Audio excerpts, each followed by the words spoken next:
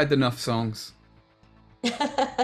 Yeah, you write for 4 years, and when you have enough songs, you pick up the phone and say, right, ready, let's do it.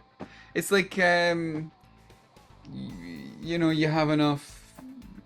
You've made enough food. You put it. You've got. It's time to put it in the oven.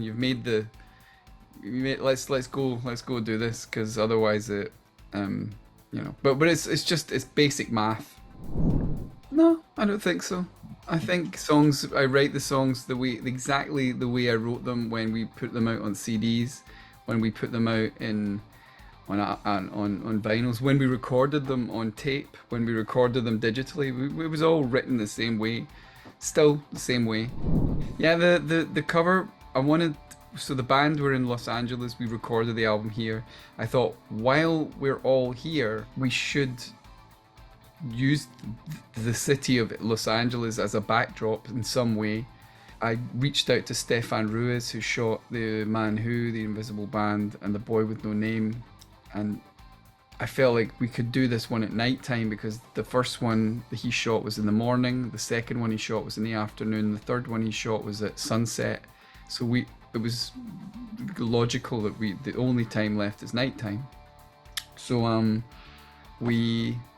he came over, I found a location, a really good location, and we shot it. It was like that was the third picture he took. It was done. But we went out on 2 nights and tried again the next night, and we couldn't get anything.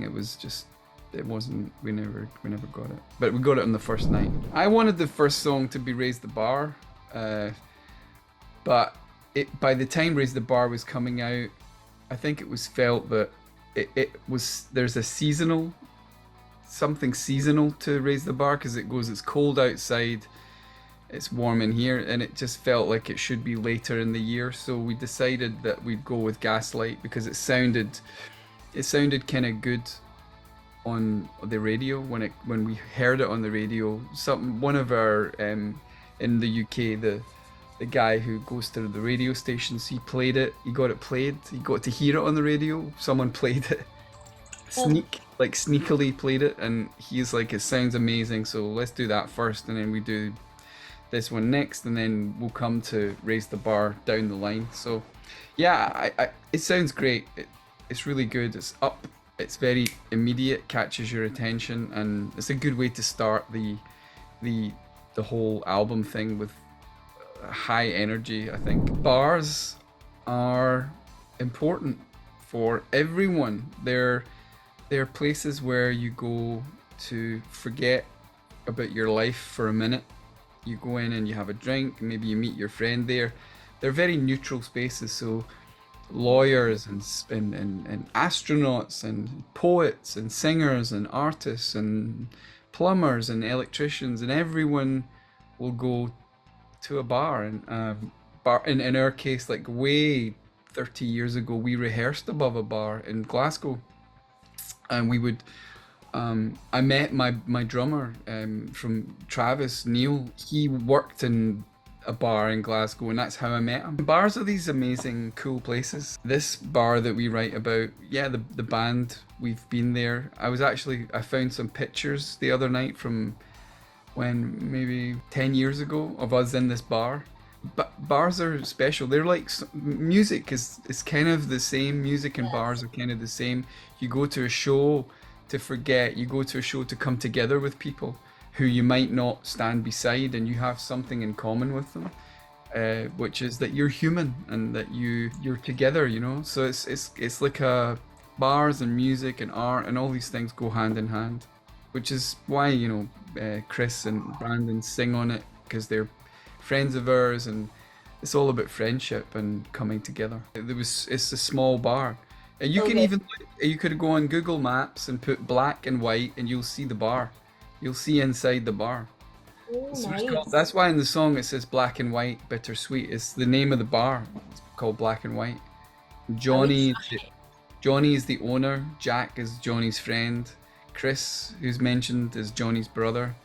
Richard, in the kitchen. Yeah, that's a painter who was used this bar's kitchen as a studio. It's all kind of real, based on real reality. It was very simple. I went over to see Chris to ask him to help me with the order of the album because I couldn't figure out the order. I needed someone with fresh ears to listen who had not heard anything. So we went for a drive and he really liked Raise the Bar. And when we got back, he ran to his piano and he started playing it on the piano. And then a few days later, I called him and said, "Hey man, do you want to sing on the chorus?" And he said sure. And he suggested I should ask a few other people, and I asked Brandon, and he agreed because I don't really know many other people. I asked Brandon, and he agreed as well. And so I thought, well, I've got two of the biggest singers in the world, and myself on this record. Now it's good. It's my friends, you know. These are, and that's what the song is about. It's friendship. Yeah, we're talking about it just now. Right now is this period of in the band's thing where we have meetings and talking about, right, we go here, we go there, and so Brazil is definitely in the, yeah, it's part of the plan. Yeah, it was good. It was good, but I think we were in, I don't know what happened, but or what band came on before us or what band, but I was really looking forward to coming, and the festival, or maybe it was the distance from the stage that the people were. It was a interesting event, and what we got was the whole trip was amazing. The show, I didn't feel that good. I don't know if we played that well, but we always go on to play good. But the people were just like, huh? We were like, come on. So the next time we've got some unfinished business to attend to the next time we come.